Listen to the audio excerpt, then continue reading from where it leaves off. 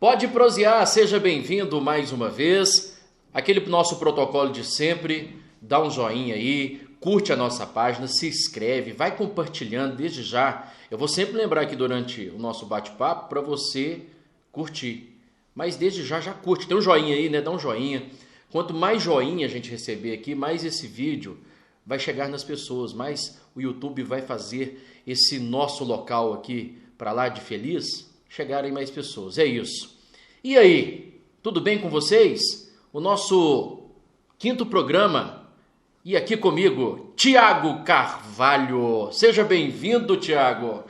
Esse aqui é parceiro, é amigo. A gente fica em casa e falar de apresentação, de onde que o sujeito é, quantos anos de profissão. Acho que a gente não tá nessa onda não de ficar falando de quanto tempo de profissão não, né? Já não é bom não, melhor deixar quieto, né? Os cabelos já contam, né, um pouco. Os cabelos ficaram brancos antes da hora, é precoce. Isso é precoce? Muito porque eu sou novo, né, cara? Não, pois é, você tem o quê? 35. Mentira. 35, eu falo, ninguém acredita, 35. Fala sério, eu sou mais velho que você e olha que eu não tenho cabelo branco, hein? É sério, eu não tenho. Mas tem sim aqui do lado. Aqui, mas bem pouquinho. Mas o meu é charme. Eu fiquei sabendo que as novinhas assim gostam dos grisalhos. Então, sim. Tá bom. A Viviane é mais nova que você, então. A Viviane é mais velha que eu. Sim. Nossa, ela vai me matar porque eu tô falando isso. Mas ela é mais velha que eu. Fazer o quê, né? Viviane é a esposa do Thiago, gente. Fazer o quê, né? Mais velha. Pai da Isabela também. Isabela é uma gracinha. 4 anos. Essa sim tá novinha, né? 4 anos, uma gracinha. Foi uma felicidade na sua vida? É um milagre na minha vida. A Isabela é um milagre porque nós temos um grau de parentesco, né? A Viviane e eu temos um grau de parentesco, então tem sempre aquele receio de que, poxa, e aí, o que pode dar isso? E fizemos todos os procedimentos e tá tem aí. Todo um processo, né, Thiago? Tem todo um processo, estudo genético. Em resumo, o que vocês fizeram para a gravidez não ser de risco? Já seria uma gravidez de risco, né? O estudo da árvore genealógica da família, você tem que estudar, você sobe, seu pai, avô, você vai subindo, vai identificando quais... E é conversando, é engraçado que isso é conversando com as pessoas, a gente não sabe disso, né? Eu tive que chamar meu pai e falar assim, quantos irmãos, a sua mãe, minha avó perdeu um filho? A gente vai formatando a árvore para saber quantos filhos foram aqui, quantos foram lá, quais doenças foram incidentes naquele, para poder você fazer um mapeamento de doenças de risco. E, paralelo a isso, um estudo do cromossomo, um estudo genético que você analisa cromossomo por cromossomo. Se meu cromossomo 1 tem algum defeito, porque temos, né? Todos nós temos defeitos em alguns cromossomos.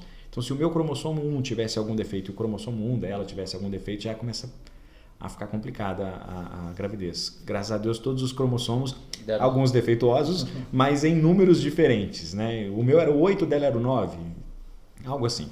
Complexo e certamente muita gente que está acompanhando esse resumo seu agora já talvez teria desistido de tão cauteloso é o processo também. E nada garante, né? A ciência está muito evoluída, muito lá na frente, mas por fim o médico geneticista virou para mim e falou comigo assim, se você quer ser pai, você tem que estar disposto a encarar tudo. Pagar para ver Pagar mesmo. Pagar para ver, E aí veio esse milagre, essa menina linda aí, 4 anos. A Isabela tem o perfil mais ou menos de quem, assim? Seu? Você acha que ela lembra um pouco mais a Vivi? A Vivi é doce, meiga, bem calma, parece, né? Eu não sei como é que é lá, né? Vocês dois lá, né? A gente não convive todo dia, mas... mais ou menos isso, assim. Tem hora que ela tá atacada também. Mas isso faz parte. Faz parte, né? Mas eu acho que é engraçado, porque ela é bem uma mistura mesmo, sabe? Ela é meio, assim. Ela tem um equilíbrio. Ela tem a tranquilidade, a calma da Viviane, mas tem hora que ela é meio estressadinha, assim. Você é estressado, eu sou estressado demais. Será que é da profissão? Com certeza. O jornalista que não é estressado é incoerência. Porque a gente vive com pressão o tempo inteiro. A gente tem que estar por dentro de tudo o tempo inteiro. É difícil você não ser estressado com... E você acha que ela percebe isso de você? Porque aí faz parte da formação, né? Ou dentro de casa você entrou lá, você deixa um pouquinho da profissão lá. E aí a dedicação, aí é o pai. Eu deixo de fora. Eu não deixava. E ela mudou isso. Eu chegava em casa e falava de serviço. Fechou a porta, acabou. O trabalho está lá fora. Eu ainda tenho que deixar o celular de fora um pouco. Isso ainda não consegui fazer. Porque acaba que 10 horas da noite surge uma sugestão de pauta. Sim. Entra em contato. Você está sabendo disso? Esse eu ainda não consegui largar, não. Quero largar um pouco disso também. É um vício. Vou entrar para um... na verdade, eu acho que não é vício. É a necessidade do nosso trabalho. Né? Porque a notícia não tem hora. Como a notícia não tem hora, às vezes às 10h30 da noite, na hora que eu estou... Mas o pai tem hora, né? O pai tem hora. E o pai tem que ser 24 horas, né? Então, assim, a prioridade é ela. Sempre será. E ela retribui todo esse carinho? Assim, retribui, ela é muito carinhosa. A Isabela ela fala. Eu acho que uma coisa muito bonita da criança, e eu acho que especialmente dela, ela fala. Ela olha para mim, papai, eu te amo. Do nada. Assim. Do nada. Vem me dar um abraço e fala assim, eu quero ficar com você para sempre. Eu falo, gente, é muito gratuito, sabe? É um amor assim... Ela tá com vontade de dizer que gosta de mim e aí ela me ensina a fazer isso com ela. Às vezes do nada, vem cá me dar um abraço porque o papai te ama. E aí isso é um calor, é uma energia. Isso certamente mudou um pouco do seu comportamento, da sua vida, de como tratar a vida, né? Filho, eu acho que muda tudo isso. Eu não sou pai ainda, né? Mas a gente está aí na luta, né? Treinando, né? Treinando muito, né? Vamos treinando muito. Eu já sou pai, mas eu continuo treinando muito. Isso é bom, então, né? Tem hora que dá vontade de treinar fora de casa. Olha o que o cara fica falando. mas isso é brincadeira, gente. A gente só treina em casa. Mas a Isabela certamente mudou essa... Mudou muito, assim, porque... Esse comportamento do Thiago, que até então era ali o profissional dedicado, e aí depois passou a ter essas responsabilidades. Isso talvez seria já, e é previsível isso disso acontecer. Mas é uma mudança que às vezes vai até além, né? Você pode ser que eu vou ter que o meu comportamento quando eu tiver filho vai ser assim, mas na prática, na realidade muda um pouco. É natural, né? Também, sabe? Eu percebo muitas vezes que se você falar com ela, ela às vezes não faz o que você pede. Mas se ela vê você fazendo, bom. Às vezes eu tento tirar o celular, né? Porque o celular, a criança... Se você quer um pouquinho de paz e de calma, você pega o celular e coloca na mão da criança, que ela senta ali, vai assistir alguns vídeos, tudo monitorado, é claro. E aí você tem um pouquinho de calma. Mas aí você tem que tentar tirar isso às vezes, porque às vezes não, chega de celular. Só que se eu falar chega de celular com ela e pegar o meu celular para resolver ou fazer alguma outra coisa, eu perdi completamente o poder de falar com ela. Celular agora não. Ela reage muito ao meu exemplo. Se eu peço para ela não usar o celular, eu não posso usar o celular do lado dela, perto dela, porque senão ela me questiona. E esse comportamento vem tanto do seu quanto da Vivi, mantém esse padrão assim. Isso, porque normalmente a gente sabe que às vezes uma mãe pode ser... Cede um pouco mais, né? Ou o pai vai ceder, vocês tentam manter esse padrão aí de... A gente tenta assim, na hora que ela é mais dura com a Isabela, eu cedo um pouquinho. Na hora que eu sou mais duro, ela cede um pouco. Então a gente faz uma balança assim, para os dois também não virarem os vilões e os dois também não seriam os mocinhos. Então é contraponto. 4 anos só, né, Thiago? Mas certamente ainda aprendendo muito, né, nessa coisa da criação, né? Ainda tem muita coisa para aprender ainda. Tem demais. Você não sabe lidar com muitas situações assim. Ela está naquela fase do questionar, né? Do não quero, não, e ela posiciona e você tem que ter argumentos, começa a ter argumentos com ela. Porque antigamente você falava, é isso e pronto. Agora não, agora você já começa a ter que ter argumento. Olha, isso aqui é bom por isso, e aí vai. Criação de filho, cara, nossa, é muito... Se tivesse uma fórmula, a pessoa que tem... Não tem uma cartilha, né? Não tem nenhuma. Não tem cartilha. Ô Thiago, vamos lá. Da vida pessoal, do que mudou, né? Você falava das mudanças a partir do momento da chegada da Isabela na vida de vocês, mas o que mudou também do Thiago profissional desde o início lá como locutor de rádio, até mesmo locutor em supermercado, para o Thiago hoje jornalista, repórter, tendo espaço na TV, né, regional, estadual, nacional. O que mudou desse cara de lá para cá? Eu acho que eu dei uma desacelerada. Assim, além da mudança física, né, dos cabelos e barba branca. A barba é charme, né? Charme. Eu acho que eu desacelerei um pouco, assim. Eu acho que eu precisei desacelerar, porque... Não porque acabou o gás, né? Não, pelo contrário. Até porque às vezes tem muito gás e você precisa só aprender a mediar isso. Antigamente eu acho que era tudo para ontem. Tudo para ontem. E eu percebi que estava me fazendo mal. Falei, não é tudo para ontem. Então, ainda estou aprendendo isso. Não vou falar que você domina isso do dia para a noite, não. Mas eu desacelerei um pouco e também comecei a perceber que, às vezes, o perfeccionismo não é saudável. É estranho dizer isso, mas, às vezes, eu ia fazer uma reportagem, eu queria um perfeccionismo naquela reportagem em que tudo tivesse na mesma energia, no mesmo enquadramento, o off, tudo certo. Eu sofria muito quando eu via que aquilo não se formatava daquele jeito. Cobrança em excesso, né? E assim, eu acho que você pode ter um editor que vai te falar, olha, esse aqui não ficou bom, esse aqui, mas você é o seu próprio editor e você é mais cruel do que qualquer editor que existe. Então eu achava que às vezes eu assistia uma reportagem, eu produzia uma reportagem, na hora que eu ia assistir ela, eu falava, cara, não é isso. Aquela imagem não ficou boa ali, aquele off não ficou bom ali, aquela entrevista era para ter acabado um pouquinho antes ou era para ter colocado aquele outro trecho. Eu parei de sofrer com isso. Esse rapaz lá do começo sofria muito com isso. Agora não, agora eu entendo que eu comecei a ver beleza na imperfeição. Porque eu acho que a imperfeição é da gente. A gente estava falando de cromossomos imperfeitos. Então, assim, eu acho que eu comecei a ver beleza nisso. Se é que é beleza, mas tudo certinho demais também não... Aí isso mudou, daquele começo de repórter ávido por poder... Não, tudo tem que encaixar. E a gente percebe que às vezes o próprio público, né? Não percebe essa... Ele não consegue identificar o ponto de perfeição, que na sua opinião é um ponto de perfeição, da imperfeição. E às vezes ele valoriza até aquela imperfeição, né? O pessoal tá vendo a gente, às vezes o pessoal quer... Como é que é os bastidores? Como são os bastidores disso? E aí, bom, aprendi a mudar isso, por exemplo. Na verdade, eu acho que a gente tentar... Porque não existe nada perfeito, né? Ninguém é perfeito, nada é perfeito, tudo é... Na verdade, é a dosagem mesmo. A gente já bateu papo com outras pessoas aqui que já falaram sobre achar esse equilíbrio, né? Essa cobrança excessiva não faz bem. E eu acho que a gente buscar esse equilíbrio e essa dosagem. E quando você baixa a guarda para isso, é assustador como quando você baixa a guarda para isso, aquele produto que você queria mais perfeito começa a aparecer.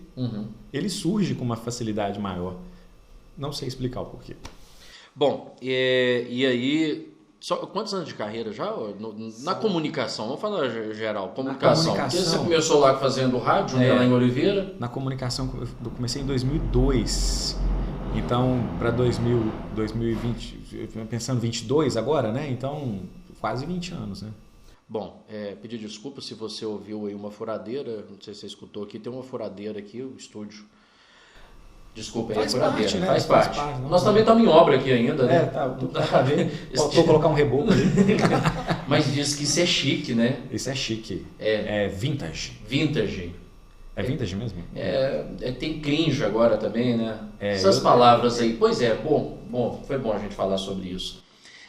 Como é que tem sido a sua adequação com esses novos termos aí? Até mesmo para a gente lidar com a comunicação. Como é que você tem se adaptado a isso? Até o mesmo formato de fazer o jornalismo. Você falava de buscar a perfeição naquilo quando você começou. Com quantos, eu te perguntei primeiro, quantos anos de comunicação? Quase 20, né? 19 anos de comunicação. Pois é, de lá para cá muita coisa mudou. O formato de fazer a reportagem também vem mudando. E esses novos termos que estão aí... É diferente, né? O jeito de reportar é diferente. Hoje você já faz uma reportagem não só pensando no momento em que ela vai ser exibida na televisão. Hoje você faz uma reportagem já imaginando que ela pode ser assistida pela internet depois. Então, na hora de construir o texto, você constrói um texto sem estar datado, né? Ou quando há necessidade, você deixa bem claro o datar para poder a pessoa, quando for assistir, não pensar que isso foi agora, foi quando. Né? Então, é meio que ainda todo mundo aprendendo a fazer também, né? Aprende fazendo, né? Você vai aprendendo fazendo. Na verdade, a gente foi assim também, né? Aprendendo, berrando e... No começo, a gente tinha uma fórmula, uma receita de se fazer, porque a comunicação era aquela há 20 anos, não tinha mudanças. Só que se você pegar a comunicação hoje, ela em 2 anos, ela mudou absurdamente. Daqui 2 anos, sabe lá Deus onde vai estar.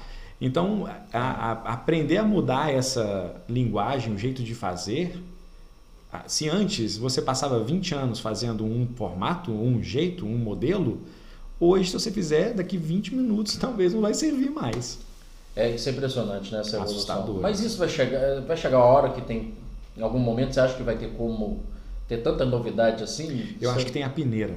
Eu acho que existe uma peneira do gosto, né? As pessoas, eu quero me informar por aqui, gosto desse estilo, eu acho que vai acontecer isso.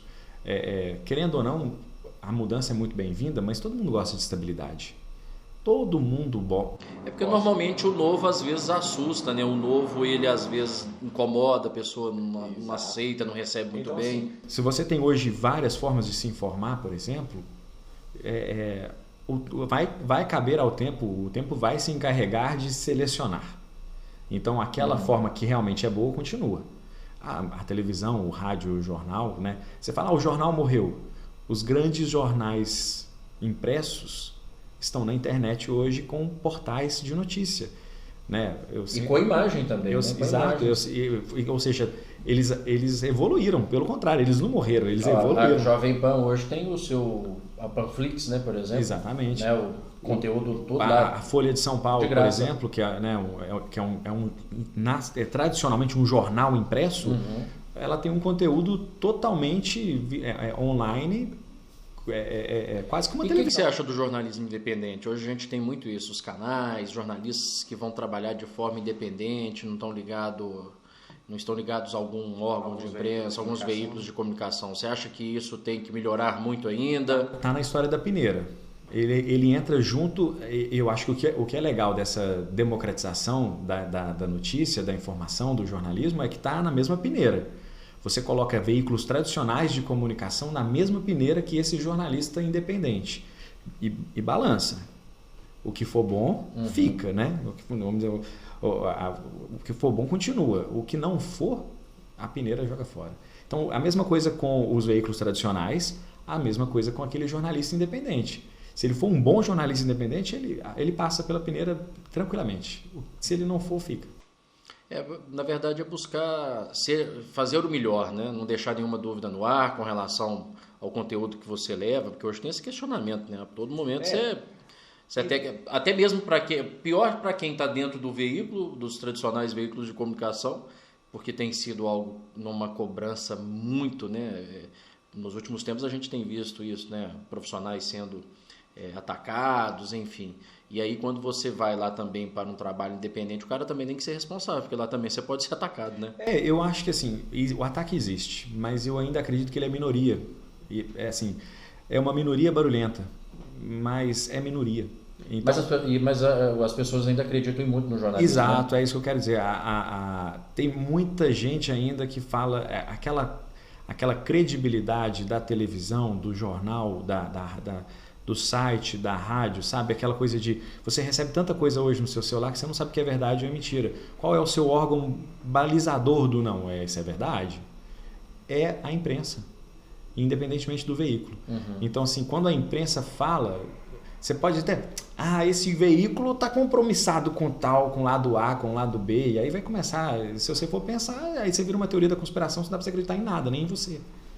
Então, aí acabou, não precisa mais de jornalismo exato. E tal. E mas eu ainda acredito muito no poder da credibilidade, porque a credibilidade provoca mudanças, e acredito muito no poder da verdade ainda, sabe?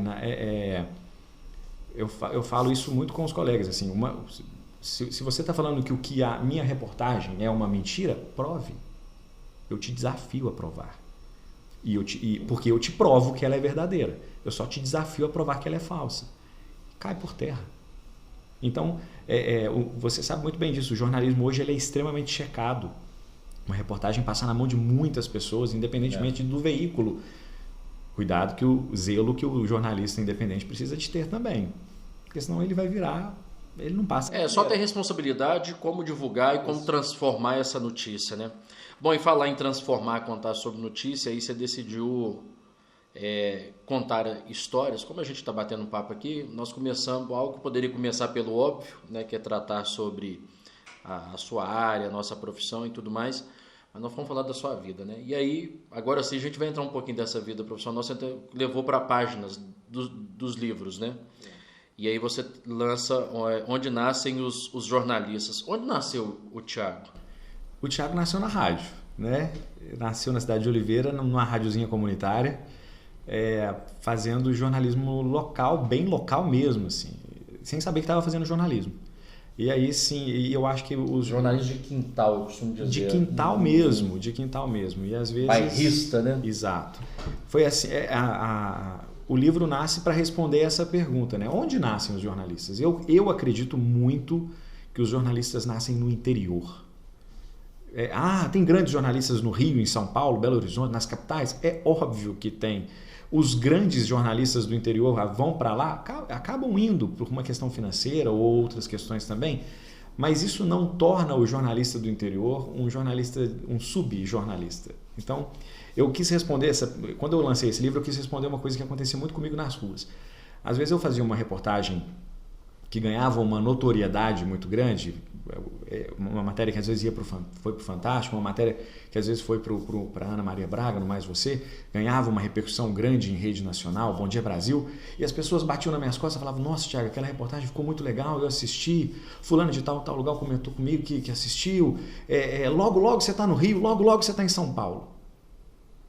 Por que eu tenho que estar no Rio, em São Paulo? Você pode estar realizado por aqui também, né? Eu via era um elogio, as pessoas estavam me elogiando, mas eu via... parece que tem a necessidade de você se dar bem, você tem que estar nos grandes centros. E nos grandes veículos de comunicação. Não necessariamente. Então eu tentei responder isso. Você pode montar o seu canal de forma independente, fazer o seu jornalismo lá e se destacar muito bem. E o público está valorizando isso. O público está valorizando, porque se o seu trabalho é bom, a peneira de novo.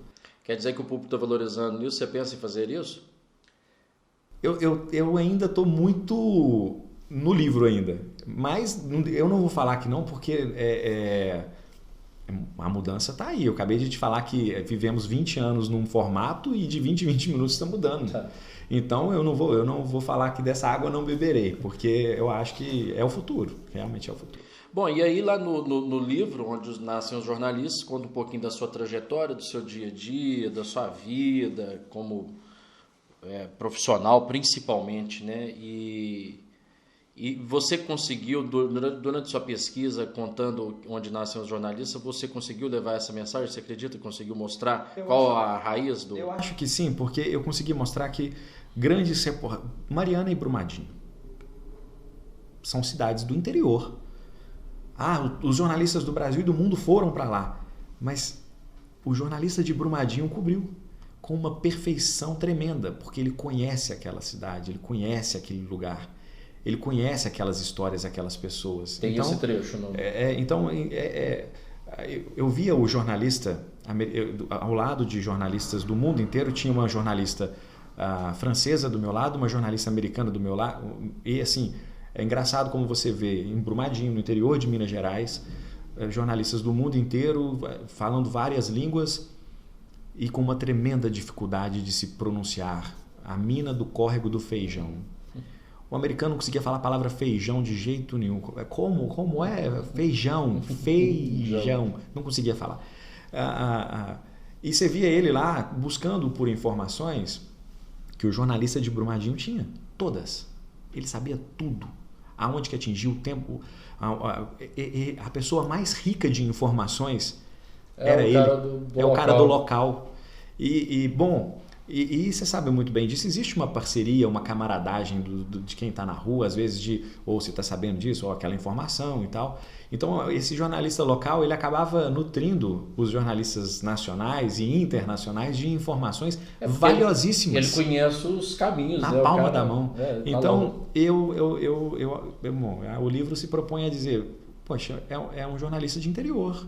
É uma cidade de interior. E o trabalho dele é tão bom quanto e importante. Exato. Quanto o cara que aparece nacionalmente ou internacionalmente. Eu via jornalistas de renome chegando para... aqui, como é que é isso? E o cara explicando. Então, porque ele virou uma referência de jornalismo. Eu acredito que em cada cidade, quem às vezes está nos vendo aí, na cidade que a pessoa está nos assistindo, ela vai falar assim, quem é jornalista aqui? Ela vai lembrar de alguém. E aquela pessoa... tem, com certeza, uma bagagem informativa sobre aquela região que se você chegarmos lá, nós não temos. Vamos ter que apurar isso. O jornalismo é isso, é apurar. Mas ele já tem refinado. Então, Eu quero valorizar esse cara. Então, eu, por exemplo, rodo o Centro-Oeste inteiro, 70 cidades do Centro-Oeste. Eu tenho orgulho de falar, eu conheço bem Nova Serrana, eu conheço bem Pará de Minas, Formiga, Itaúna, Oliveira, minha cidade natal, nem fala, mas... Então, assim... Aí lá você faz o jornalismo local mesmo, né? Lá é o local. Então, assim, aconteceu isso, então, foi na rua, foi ali... Você já tem até referência de quem mora lá, né? Procura o fulano, fala com o Beltrano. Jornalismo é isso. Então, é uma boa... O livro se propõe a mostrar que muitos dos grandes jornalistas estão no interior também. E aí no livro também você fala sobre pandemia, né? Que aí todos nós tivemos que nos adaptar para esse trabalho e tal. Tudo lá no início ainda, né? Isso em 2020 ainda, logo no início de tudo, a gente precisava entender até para poder trabalhar, e começou a ficar tudo tão distante, e fazer reportagem à distância é complicado, porque nós estamos acostumados de estar próximo da notícia, né? O capítulo coronavírus não existia. O livro, esse livro foi escrito ao longo de 2 anos. E ele demorou muito assim, porque eu escrevi um capítulo, depois eu encontrava um tema e falava, eu quero escrever sobre isso. Eu começava a escrever outro capítulo e tal. E aí eu ia lá e li aquele capítulo anterior, um outro que eu já tinha escrito, eu falava, não, mas eu vou mudar aqui. Então eu tive uma tremenda dificuldade de largar, falar assim, deixa ele aqui, acabou, não vou mexer mais. E o livro foi sendo escrito ao longo desses 2 anos. E na hora que eu falei, vou lançar, é isso, está pronto aqui. 1 semana depois, a OMS declara que a gente estava vivendo uma pandemia. E aí eu falei, o que está acontecendo? Fecha-se tudo. Não, as nossas marcações, né? A gente ia até a casa de uma pessoa para gravar a entrevista, ela falava, melhor vocês não virem, a gente não sabe o que está acontecendo. Então as pessoas começavam a desmarcar as entrevistas. As pessoas, não vem aqui não, fica aí. E aí eu falei, como é que a gente vai fazer jornalismo? Ouvir as pessoas, gravar entrevistas, mostrar as demandas que as pessoas às vezes têm, sem estar no local. Aí a tecnologia ajudou. Mas não é a mesma coisa, né? Não é a mesma coisa. É chato, não é? Fazer assim, você perde a essência. Porque eu acho que o repórter, quando ele escreve uma reportagem, vai com a reportagem toda a carga e experiência que o repórter tem de vida e de momento naquele local. Então, quando você é fria, o vídeo é frio, a videochamada é frio, você perde como aquele ambiente estava na hora daquela gravação, isso te ajuda a escrever um texto. Então, o capítulo coronavírus surgiu depois, porque fomos para as videochamadas. Tudo começou a ser diferente. As nossas equipes que trabalhavam todo mundo junto, uma redação de jornalismo, às vezes pode chegar até 30 pessoas. Não pode mais. Então fomos divididos em grupos, 15. Aquele cinegrafista que você trabalhava com ele hoje, depois você trabalhava com outro, ou com outro. Não, para com esse rodízio. Cada um fica com... Porque se um se contaminar, afasta o outro. Foi uma loucura. E eu falei, cara, isso não dá para escrever um livro sobre jornalismo. Você estava contando, são relatos, são vivências, precisava estar ali mesmo, até porque isso vai fazer parte da história, da humanidade e precisa estar relatado, né? E assim, eu tenho um pouco até de orgulho de dizer isso, nem sei se cabe falar a palavra orgulho, mas é que hoje, se você procurar algum livro sobre telejornalismo que aborde o coronavírus, são pouquíssimos, porque está acontecendo, né? E ainda não acabou. Então, eu acredito que assim, a gente já está, até mesmo para quem for fazer jornalismo, para os estudantes de jornalismo no futuro, eles saberem, nossa, aquela cobertura, como foi uma cobertura de guerra? Muitos livros descrevem como os jornalistas atuavam num campo de batalha. E a nossa atual guerra teve que... A nossa atual guerra é essa. Nós tivemos que adaptar. Vamos colocar nos livros para que os futuros jornalistas saibam como é isso. E qual é o capítulo assim que você se sente mais realizado lá? Assim, o que te chama mais atenção? É difícil escolher. É muito difícil escolher. Tem alguns capítulos que eu falo que é um puxão de orelha. Assim. Tem um capítulo lá que chama Jornalista Vaidoso. É um puxão de orelha nessa turma que quer só aparecer, que quer só curtidas. Uhum. Eu acho que jornalismo não é isso, não. Jornalismo tem mais a ver... De uma forma geral, já existe algo da vaidade envolvida, né? Sim. Não, todo jornalista é vaidoso. Vai falar que ele não é, ele é. Senão a pessoa que não tem a vaidade, ela não senta na frente de uma câmera e conversa com facilidade. Isso. Primeiro ponto. Mas não pode fazer isso prevalecer, né? A estrela do jornalismo é a notícia. Sempre será, na minha opinião. O dia que o jornalista chamar mais atenção do que a notícia, tem algo de errado para mim. Então eu puxo um pouco a orelha nesse capítulo. Você já conviveu com alguém do jornalismo que era mais vaidoso do que a notícia? Sim, e a gente tem que tomar cuidado, se policiar, para que nós não sejamos assim também. Que a gente não ocupe... Quando eu venho aqui para falar com você sobre o meu livro, sobre a minha história, não deixa de ser vaidade. Mas a minha essência ainda é poder falar, olha, existe um livro chamado Onde Nascem os Jornalistas, 23 capítulos, 150 páginas, que pode ajudar estudantes da comunicação social. Essa é a contribuição que eu quero dar. Porque se for por vaidade, aí eu acho que eu também estaria cometendo erro. Pois é, você está contando histórias, experiências, mas que não foram traumáticas para você, que não te prejudicou tanto, mas ajudou no crescimento. Sim. E você quer compartilhar isso. Um capítulo muito expressivo do livro é a cobertura de velórios. Pergunte para qualquer jornalista. Você gosta de cobrir velório? É terrível. É uma das piores coberturas. Na faculdade... O que você vai ficar falando de velório? Né? É um negócio... E sem contar que todo mundo da família que está lá... Está triste, sofrendo, triste, né? E aí, olha, o que você está fazendo aqui, cara? Ela respeita. E a gente entende. Às vezes aquela morte acontece de uma forma que vira notícia. Né?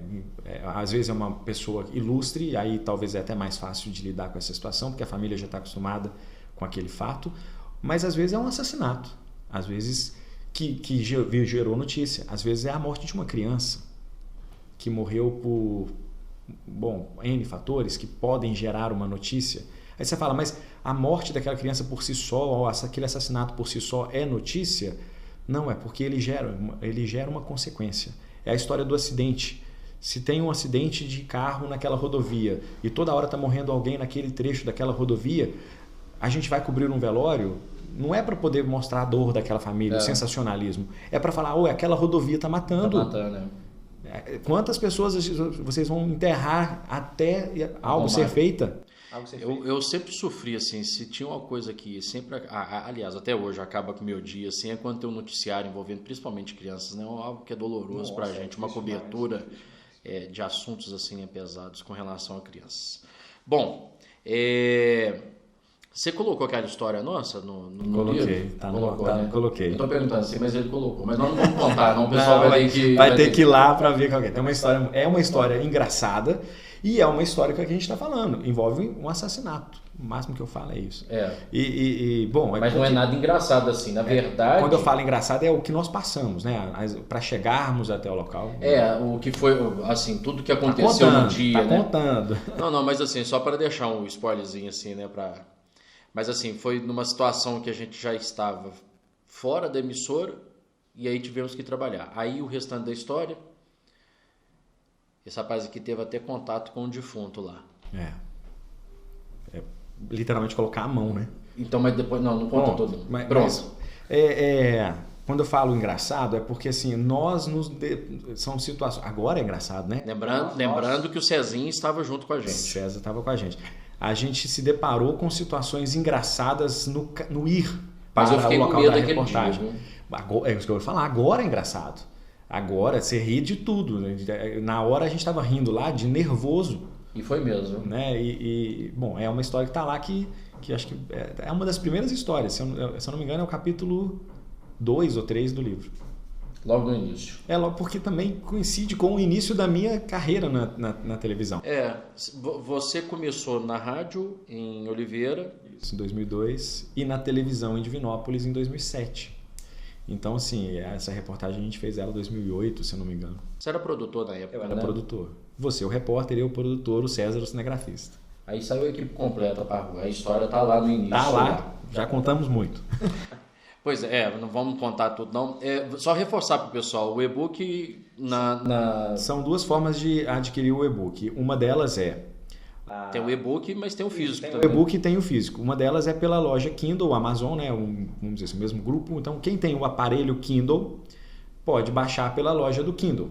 Se a pessoa não tem um aparelho Kindle, tem um smartphone, é só baixar o aplicativo Kindle.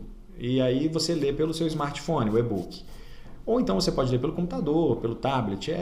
É um arquivo simples, de leitura simples, que exige um aplicativo de leitura de e-book, que é gratuito.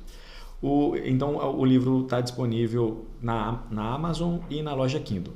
O livro físico aí é só na editora, que é o site da editora Gulliver, também só pela internet, pelo site da editora Gulliver. É gulliver.com.br.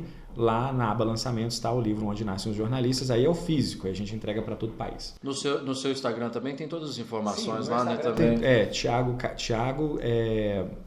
Thiago Carvalho _real. Eu esqueço meu Instagram para você ver. O Thiago com TH. Thiago Carvalho _real. Lá tem todas as informações de como adquirir, de como conseguir o e-book ou o livro. Às vezes tem gente que não consigo ler o e-book, não consigo ficar. É uma experiência nova, vale a pena tentar. Mas se não conseguir, tem o físico. É igual tem gente que adora só o disco ainda, né? O vinil, né? Mas eu acho que o livro tem muita coisa do pegar, né? Tem muita gente que fala comigo assim, Thiago, eu queria um livro para sair do celular um pouquinho. Tô sentindo falta do livro, quero retornar pro livro. Bom, gosto, né? E você é uma pessoa que gosta também de livro? Eu gosto de livros. Você escreveu um livro. Eu gosto de livros. Eu confesso que eu leio pouco livro. Leio mais site, notícia, consumo muita notícia. Livro, eu gosto muito de história das pessoas, assim. Por exemplo, um seu livro que é algo que me atrai. É biográfico também, né? A biografia eu acho legal. Mas você consome muito livro, assim? Que você gosta? Da mesma forma, eu consumo muito livro, mas muitos de biografias. Então, assim, eu pego, às vezes, um jornalista que eu admiro, né? Alguém que, assim, da área, para poder ler as histórias dele. Porque eu me propus a fazer um livro sobre isso exatamente porque eu acho que a gente tem histórias para contar também, assim como os grandes jornalistas contam, né? Tem um livro que chama Correspondentes, eu acho que é um livro sensacional, que tem a história de 20, se eu não me engano, 20 jornalistas de nomes de peso que trabalhavam como correspondentes internacionais durante muitos anos. Kovalik, Uchoa, então são jornalistas que eu respeito, que eu gosto muito, e aí eu falei, poxa, deixa eu ver como é ser um correspondente internacional em Londres? Como é ser um correspondente internacional no Japão? E o que esse cara passava? E tem histórias lá que o cara falava assim, eu comia pão e macarrão porque eram visualmente as únicas coisas que eu sabia identificar o que era. Até entender o que era cada coisa. Essas histórias só tá no livro. Né? Porque a notícia, né, em si, o interessante é isso, é você ver o dia a dia da pessoa, né? Às vezes tem a oportunidade de contar detalhes de como produziu aquela reportagem, né? Como tem sido o dia a dia dela lá, enfim. Essas histórias que são interessantes, né? Exato. A notícia por si só já é algo que já te ocupa, né? Então você tem que buscar algo que seja mais A notícia é aquilo que te alimenta naquele momento, tem notícia né? demais também, né? E aquilo te alimenta naquele momento, né? Agora, o que te alimenta e que você, que você cresce, eu acho que a notícia que o Pedro Bial está lá no livro, né, Os Correspondentes, ele faz um programa todo dia que ele te fomenta com notícias, com informação, beleza. Mas quando você vai entender a história daquele cara, o que ele viveu, onde ele passou, o que fez dele o jornalista que ele é, muda até o conceito com o qual você assiste o que ele produz depois. Você entende a visão dele, às vezes é macro, né? Não é uma coisa limitada, né? Ô Thiago, vamos... Depois, então, o livro aí, vocês vão no Instagram lá do Thiago para vocês saberem um pouco mais do livro. Não vamos contar todo o livro aqui, porque senão não vai ter graça nenhuma, né? É só um resuminho aqui, vocês vão ver a nossa história lá. De algo. Aí algo você assina para eu autorizando, eu contar a história, nem que assinar nada, né? Vai lá, conta lá e pronto, acabou. Foi o que aconteceu, né? De fato. É isso. Deixa eu deixar bem claro. Todas as histórias que acontecem lá são reais. Não tem uma ficção. É um livro de fatos né, que aconteceram. Não tem ali historinha, né? Ficção. Não tem um motivo para poder querer falar, né? Inventar algo assim. Até porque no dia a dia, principalmente de repórter, ele é contagiante. E por isso que é legal contar. E é bacana mesmo, assim, o dia a dia da gente é algo... Assim, eu já não estou na rua mais há muito tempo, né? Já estive, mas assim, o dia a dia é muito bacana, assim, o bastidor ali é legal. A gente até suspeita de falar, né? Mas gosta demais, né? Gosta demais. Bom, vamos lá, vamos dar uma esquentada nesse papo aqui. Eu quero a sua opinião, falar do que rumos você vê para a política nacional.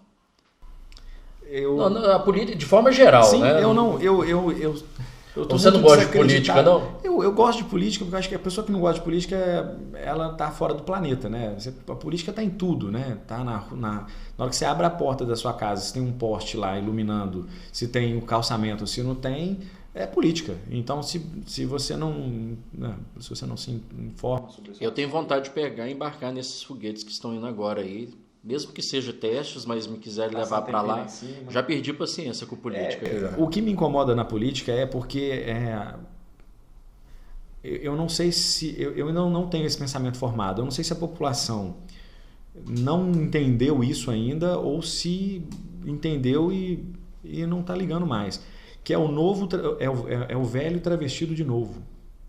Se às vezes você fala, eu sou a mudança, eu tenho uma birra de político que vira e fala assim, resolver esse problema é simples. Mas nunca resolveram. Nunca ninguém resolveu e você agora vira para mim como... E não vão resolver. É a fada da política, né? Plim! E não vão resolver. Então assim, e aí eu fico pensando, será que o povo que escuta isso acredita? Acredita, né? Acredita? Porque o problema tal, tem 50 anos que aquele problema não é solucionado por N situações, aí o cara...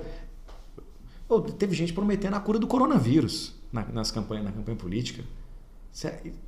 Meu Deus. Então, assim, eu acho que prometer, né, falar, papagaio e fala. Agora, você acreditar... O coronavírus, mas a Pfizer... Tá com o estudo do medicamento aí, né? Não, mas eu tô dizendo lá atrás, no comecinho da pandemia. Sim. Se eu for eleito, eu vou trazer a cura do coronavírus. Meu Deus, se candidata a presidente dos Estados Unidos, por favor. Se existir do presidente do planeta Terra, a gente coloca tudo na sua mão, né? Tipo, bom, aí tem gente que acredita. Então, às vezes falam-se muito dos políticos, mas eu me incomodo com o povo. Porque o político está lá porque alguém colocou. E me incomoda muito falar assim, não, você analisou mesmo a vida daquele candidato? Não, ninguém analisa. Não analisou. Aí a gente está vivendo um mundo de excesso de informações. Você procurou, joga o nome do candidato no Google, pesquisa o nome dele, a pesquisa mais básica do mundo, mais básica. Vai no site, não vou no site das notícias ver sobre o meu candidato, não. Se você colocou lá o nome dele e apareceu vários links com jus, porque é justiça, tem processo. Não, mas ter processo não é problema. Porque às vezes a pessoa que quer refazer as coisas ganha muito processo. Mas a questão mas pelo menos uma pesquisada que tipo de processo é. É muito simples fazer a pesquisa. Você pesquisa sobre processos, notícias. Quando é local, é mais fácil ainda. Quando é uma eleição municipal, por exemplo, você pode conversar com o vizinho do cara. E aí, o que você acha? Qual que é o comportamento dele aqui? Porque às vezes você não sabe, mas a mulher dele de noite grita aqui, parece que bate nela. Entende? Então, assim, a gente não estuda os nossos políticos, e eu falo, fica parecendo que a gente está fora, fica parecendo que eu estou aqui de um patamar elevado, olhando para o povo. Você está tirando o seu da reta, né? Eu não estou tirando o meu da reta. Eu já votei muitas vezes em candidato sem pesquisá-lo. Porque eu achei o discurso bacana. Nossa, fala bem. Fala bem. Não, eu teve uma vez que nossa, esse eu me arrependi demais. Teve um que eu falei assim, cara, esse cara é bom, viu? Falou isso. Tá preocupado com isso. Ele nem terminou o mandato. Porque foi caçado, corrupção para mais de metro. Eu falei, meu Deus do céu. Eu votei. Mas aqui, peraí, você votou num político porque ele falou bem? Um deputado. Eu votei porque ele falava bem, ele tinha um bom discurso, uma boa oratória. Votei, acreditei, enganado. Então, mas aprendi. Cadê seu nariz de palhaço? Tá aí? Não tá aqui não. Bem, bom, passava 3 meses depois o jornal noticiando a ficha. Você falava, Jesus amado, como é que eu votei num cara desse?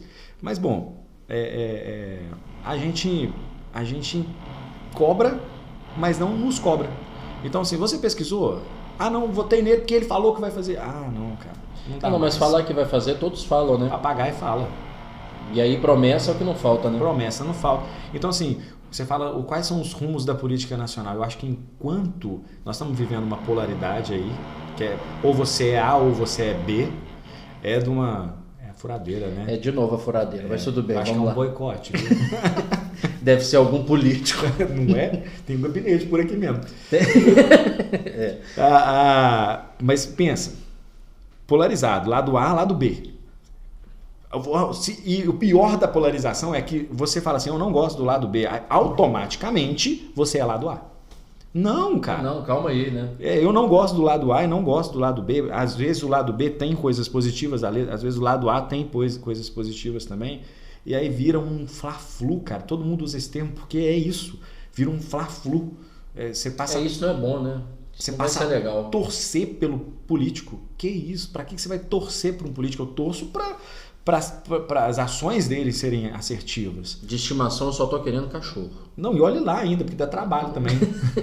Você tem uma cachorra, não tem? Tem uma cachorra, Valentina. Qual que é o nome dela? Valentina. Valentina? Tá com 8 anos, é a filha de patas mais velha, né?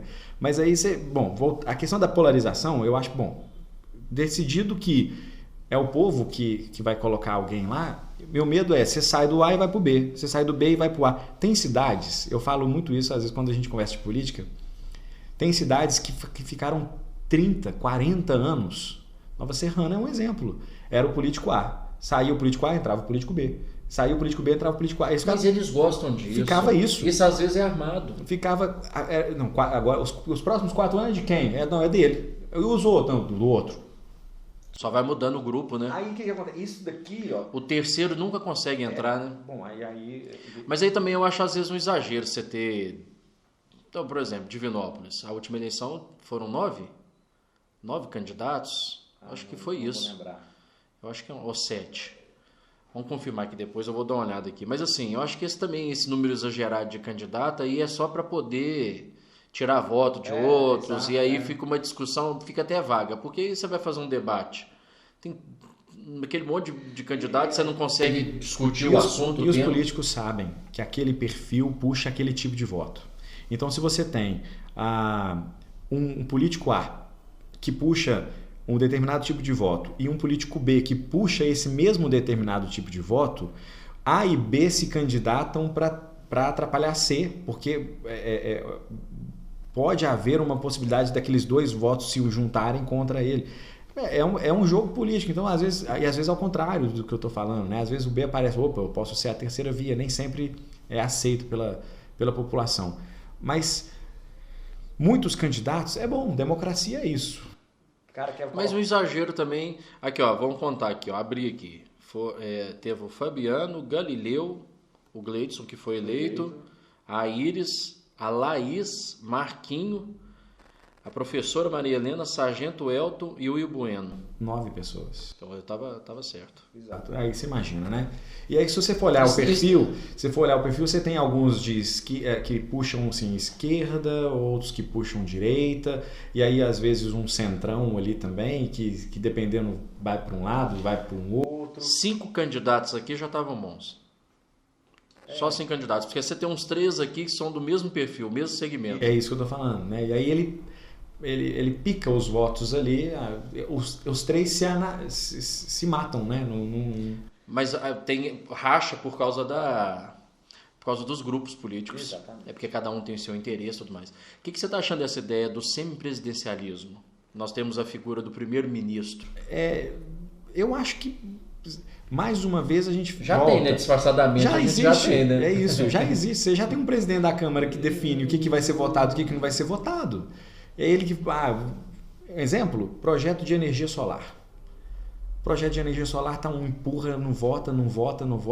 Tem muita gente que quer colocar energia solar em casa. Por quê? Porque reduz a conta de energia elétrica. Mas vai ter um grupo que não vai achar isso tão legal. Que defende as concessionárias de energia elétrica, vamos dizer assim. Bom, aí esse projeto não entra em pauta.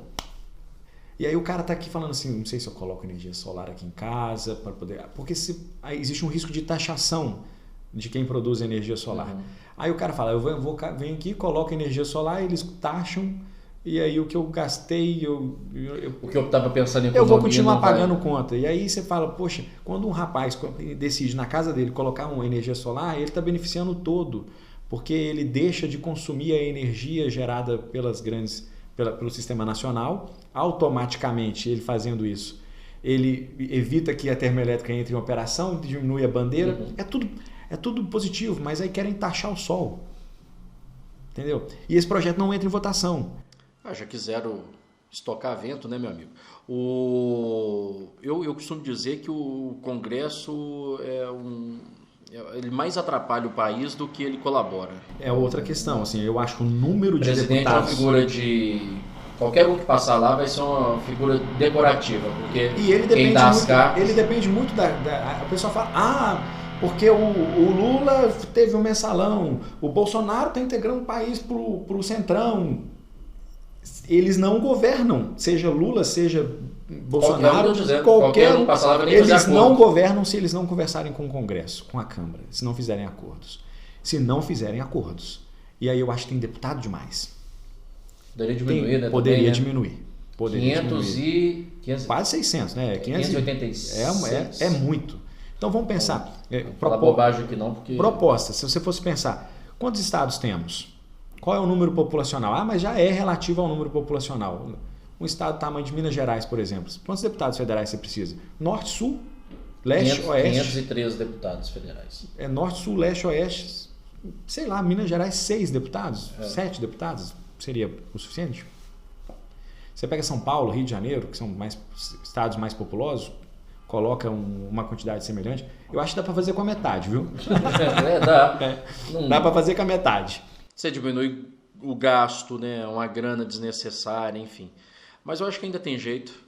Não sei quando vai mudar, não. O meu medo é a polarização, né? Então você sai da direita agora, instituída no governo, vai para a esquerda, sai da esquerda, volta para a direita. O Flamengo está jogando agora, depois é o Fluminense. O gol do Flamengo, o gol do Fluminense. E aí esse é um problema. Nós estamos na mão desses caras. Mas bom, tem gente nova aparecendo aí, fazendo bons trabalhos. Mas será que de fato é gente nova aqui que você está dizendo, né? Será que é o novo mesmo ou é só... Até agora a gente está com uma... Assim, existem alguns políticos que eu estou observando e falo, poxa, está fazendo um trabalho diferente. Até quando isso vai durar? Até quando o sistema não vai corromper? Aí é difícil saber. Tomara que a gente tenha mesmo gente nova, a fim de fazer diferente, né? Que de fato não queira... Porque, na verdade, faz parte do jogo, né? Lá em Brasília. Eu acompanho muito, né, jornalistas dos bastidores e contam, né? Esse toma lá da cá sempre existiu, né? Mas quando o toma lá da cá vira no esquema de propina, né? Do mensalinho... né? O cargo é algo que sempre foi, né? Notório isso aí, né? Essa coisa do cargo. Mas eu acho que o que não pode ter, o que é mais pesado, o que incomoda, é você saber que os caras estão fazendo treta para pegar dinheiro que você paga, sabe, do imposto. Porque eles vivem em outro mundo, em outro patamar. O que é absurdo é o cara, vamos indicar ali, indicou A para poder ocupar aquela função. Aí aquele cara ou indica o outro, que está ligado a um esquema que vai favorecer a empresa de alguém. Vamos comprar medicamento? Vamos. Faz a licitação aí. Entre em contato com fulano para ele ser o vencedor do processo. Aí, porque isso é que é o problema, né? Quando você indica o A indica o B, que indica o C, que indica o D. Aí o outro lá aparece com vamos dizer assim, a empresa que vai prestar o serviço pagando toda a cadeia para poder ser o que vai prestar o serviço e vai ganhar também, é claro. Paciência e a gente tem que pensar positivo, né? Aquela velha frase, né? Não, uma hora vai melhorar, vamos acreditar, pensar positivo. Mas chega uma hora que eu acredito que as pessoas vão cansar disso aí e lamento. Eu sou a favor de um Big Brother, você não é não? Tipo Big Brother de político. O partido político manda isso tudo para uma casa. Vão ficar 3 meses. Eles são capazes de manipular as imagens.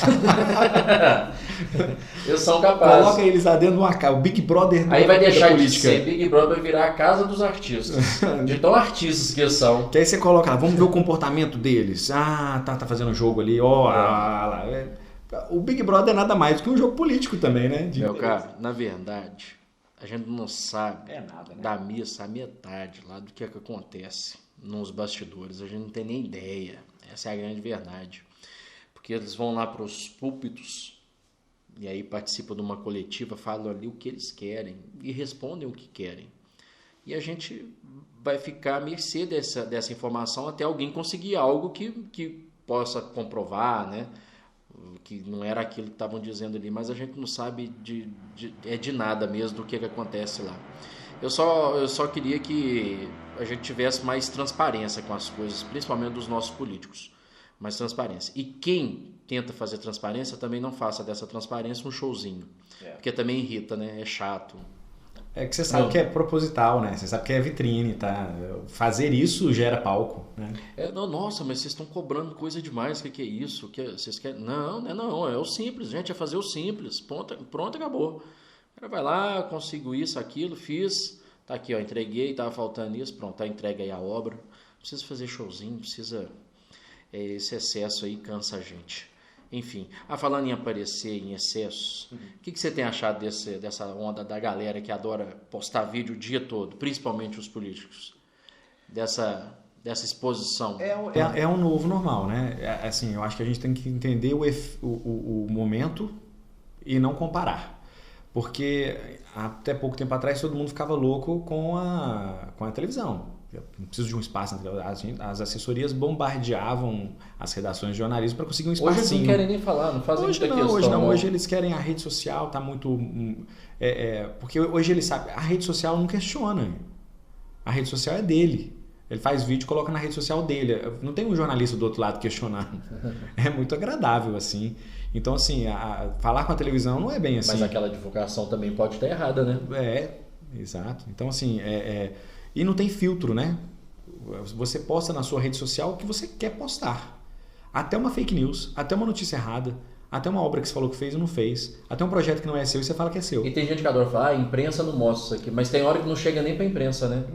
Tem hora que não chega para a imprensa, tem hora que a imprensa não é comunicada, e tem hora que também a imprensa também não fala. A imprensa, eu faço parte desse perfil que a gente tem que também mudar um pouco a cabeça. A gente tem tanta aquela coisa de mostrar o ruim que esquece de mostrar o bom. A gente é do jornalismo, porque quem faz jornalismo está buscando resolver problemas. Quem quer mostrar que as obras estão feitas faz publicidade, faz propaganda comercial, né? Então, assim, eu vou dar um exemplo de uma coisa... Mas eu não sou contra, não. Isso mesmo, nós temos que cobrar deixa eu dar um exemplo, sempre. Deixa eu dar um tá exemplo ali para mostrar o que não está sendo feito, o errado. Deixa eu dar um exemplo que foge da política, mas que envolve o meio empresarial. Um empresário do setor de cinema virou e falou assim, olha, eu vou dar meia entrada para todas as pessoas que chegarem no cinema e me entregarem aqui o comprovante de vacinação. Aí você fala, isso é uma reportagem? Isso é uma notícia? É notícia. Um empresário está dando 50% de desconto na entrada do cinema para poder incentivar a vacinação contra a Covid, contra o coronavírus. Aí você fala, não, isso é marketing, isso é merchandising, isso é jogada de marketing do cara. Que seja, ele está Mas ele está contribuindo também, então, né? Assim, socialmente. Né? Vamos mostrar essa história, vamos mostrar a história do dono do cinema, que em todas as sessões, em todos os horários, está cobrando meia entrada no ingresso, se você chegar lá e apresentar o seu comprovante de vacina. E ele é exigente ainda, ele fala com você assim, você tomou a primeira dose, né? A sua segunda é que dia? Não, é tal dia e tal. Não, cadê? Deixa eu ver aqui o seu cadastramento. Ele olha assim, se você estiver atrasado com a segunda dose, você perdeu meia entrada. Você não tem direito a ela. Isso é um empresário. Ele buscou o lado da economia, o social, alertando. Isso é um empresário incentivando a vacinação, fiscalizando a vacinação. Ajudando a fiscalizar. Cara, isso é notícia. Então, assim, é uma notícia, na minha opinião, muito boa que a gente acaba tendo que dar espaço a isso. A gente precisa de mais notícias assim, mas a gente precisa de mais iniciativas assim também. Vocês não mostram coisas boas.